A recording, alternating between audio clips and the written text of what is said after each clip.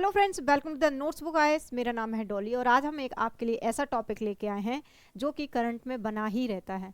तो ये क्या है आज का टॉपिक हमारा? Anti defection law.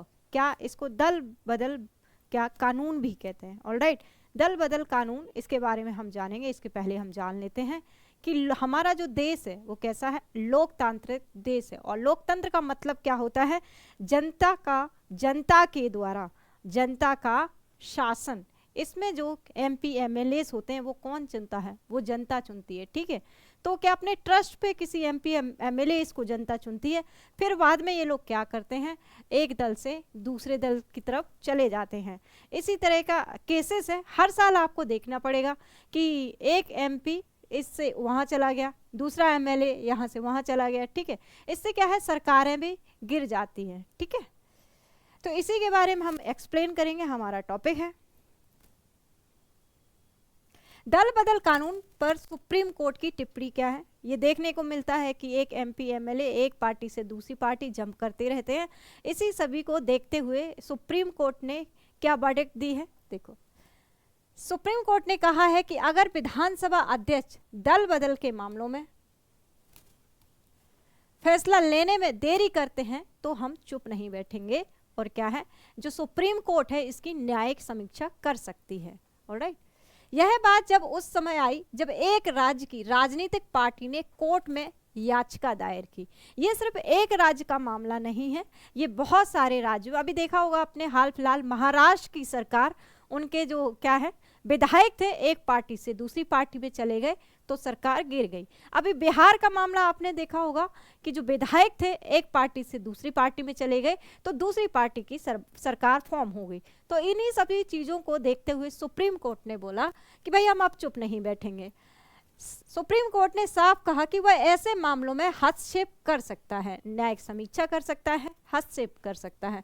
इसे दल बदल विरोधी कानून है। ठीक है, इस कानून का मकसद क्या है? विधायक और सांसद अपनी पार्टी को धोखा ना दें। ठीक है, ये कानून जब बनेगा तो इसका जो मकसद है उसका क्या है?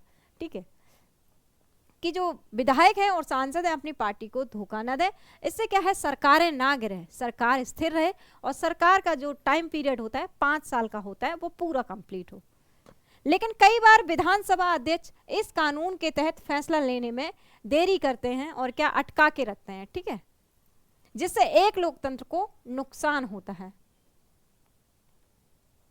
अब दल बदल विरोधी कानून क्या है? बेसिकली हम इसकी पृष्ठभूमि के बारे में जानेंगे कि है क्या। यह कानून 1985 में बना था। इसे संविधान के 52वें संविधान संशोधन के जरिए जोड़ा गया था। क्यों जोड़ा गया था? कि जो विधायक हैं और एमपी जो एमएलए हैं एक पार्टी से दूसरी पार्टी में जंप ना करें और उनकी जो सरकार है, जिस पार्टी की सरकार बनी हुई है ऑलरेडी स्टेट, वो सरकार ना गिरे। ठीक है, इसका नाम 10वीं अनुसूची में रखा गया।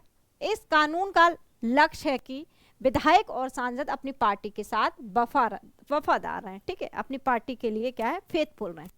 अगर वे बिना वजह पार्टी को छोड़ते हैं, कोई बगैर वजह नहीं बताते हैं वो पार्टी छोड़ने से पहले, ऑलराइट, अगर वे बिना वजह पार्टी को छोड़ते हैं या पार्टी के खिलाफ जाते हैं, या तो वो पार्टी को छोड़ देते हैं या पार्टी के अगेंस्ट चले गए, ठीक है, दूसरे पार्टी के बारे में बोलने लग गए, तो उनको अयोग्य समझा जाएगा। ठीक है, जैसे कि बीजेपी और कांग्रेस को ले लेते हैं। अगर बीजेपी का विधायक है, ठीक है, कांग्रेस के विधायक के बारे में अच्छा बोलने लग गया, ठीक है, तो क्या है?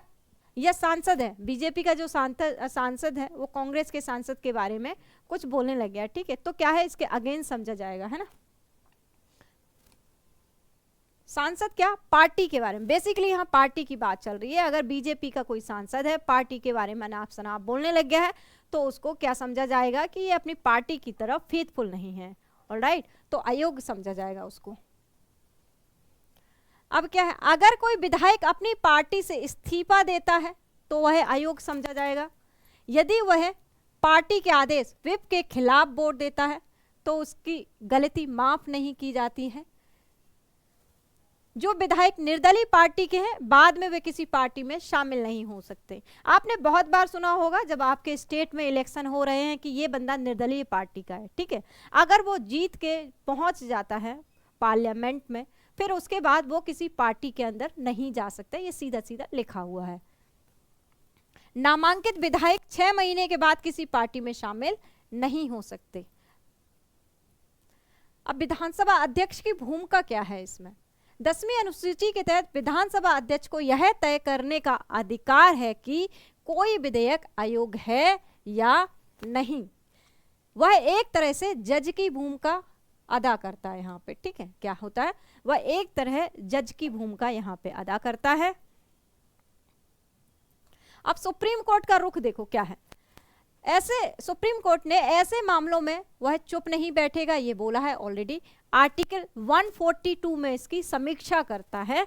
सुप्रीम को अधिकार है कि वो न्यायिक समीक्षा कर सकता है आर्टिकल 142 के तहत। यहां देखो, आर्टिकल 142 के तहत कोर्ट को पूरा अधिकार है कि न्याय के लिए कोई भी आदेश दे। कोर्ट ने पहले भी इस तरह के कई मामले देखे और इस तरह के मामले क्या है, दिखते ही आए 70s के बाद, है ना, उसके पहले दिखते ही आए हैं। ऑलराइट, तो ये कोई नया मामला नहीं था। एग्जाम्पल 1994 का मामला, एक हम आपके लिए मामला भी मैंने रखा हुआ है 1994 का मामला। इसमें क्या, रवि एस नायक, कोर्ट ने कहा है कि अगर कोई विधायक अपनी पार्टी को छोड़ने का इशारा देता है तो इस्तीफा जरूरी नहीं कि वह उसका व्यवहार ही काफी है, ठीक है। अगर वह इशारा भी करता है, ठीक है, तो इस्तीफा जरूरी नहीं, उसका व्यवहार ही काफी है। तो ये दल बदल विरोध के बारे में हमने आपको आज बता दिया है। ऑलराइट, तो इसी तरह सेशन को देखते रहें, कंटिन्यू, चैनल को सब्सक्राइब करें, लाइक करें। Thank you.